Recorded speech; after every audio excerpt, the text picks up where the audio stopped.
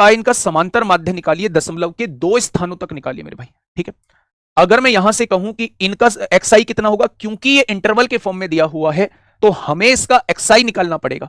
xi क्या कहता है, दोनों को जोड़िए, आधा करिए, 15 और 5 20 का आधा कितना होगा, 10 हो जाएगा।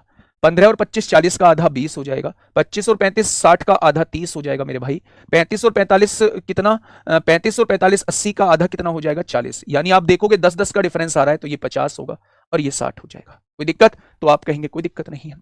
अच्छा, मैं आपसे कहूं कि समेशन fi xi निकालिए, 12 दाई कितना होता है, 120 होता है। 18 दूनी 36 होता है, 360 होता है। 30 अट्ठे 240 होता है। आगे बढ़िएगा, 14 चौका 56 560 होता है। आगे बढ़िएगा, 16 पंजे 80 800 होता है। और उससे आगे बढ़ेंगे, 8 छिंग 48 480 होगा। क्या fi xi का टोटल आपके सामने आ जाएगा, निकालिए ना fi xi का टोटल। 0 हो गया मेरे भाई, 8 6 14 4 18 18 6 24 2 26 को 6 हासिल 2 2 1 3 3 6 2 8 5 13 13 8 21 4 25 हो जाएगा। अब मेरे भाई इसे फ्रीक्वेंसी के टोटल से डिवाइड कर दीजिए। 12 और 18 30 और 8 38 और 4 42 और 10 52 और 6 58 और 10 68 68 और 8 76 हो जाएंगे। तो क्या इससे डिवाइड कर देंगे, अब यहां से डिवाइड करिए। 4 छिंग 24 4 चौक 16 0 हो जाएगा। 4 से काटा 19 बार, 19 दूनी 38 19 तिया 57 हो गया। 7 बचेगा 70 हो गया, 19 तिया 57 हो गया। आंसर 33.68 आ जाएगा। आंसर 33.68 आ जाएगा। बताइए कोई दिक्कत समस्या हो तो।